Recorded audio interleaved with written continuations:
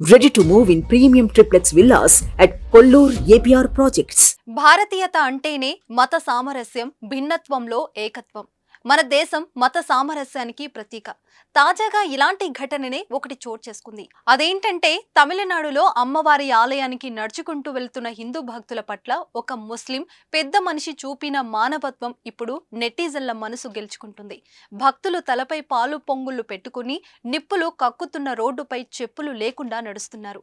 వారికి బాసటగా చేకూర్చేందుకు ఒక పైప్ ద్వారా ఆ ప్రాంతమంతా నీటిని చల్లుతున్నారు. మండు టెండల్లో ప్రదక్షిణలు చేస్తున్న హిందూ భక్తుల కాళ్లకు నీళ్లు చల్లి ఉపశమనం కలిగిస్తున్నారు ముస్లిం సోదరులు. ఈ వీడియో చూసిన నెటిజన్లు తన్మయానికి లోనవుతున్నారు. ఇది కదా మన దేశమని గర్వపడుతున్నారు.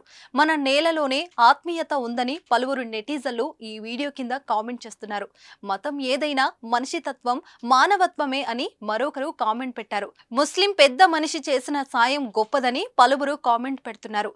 మతాలు కులాలు వేరైనా ఇలా ఒకరితో ఒకరు ఆప్యాయంగా నడుచుకుంటూ ఉంటే మన దేశం రంగులమయంగా ముందుకు వెళ్తుంది.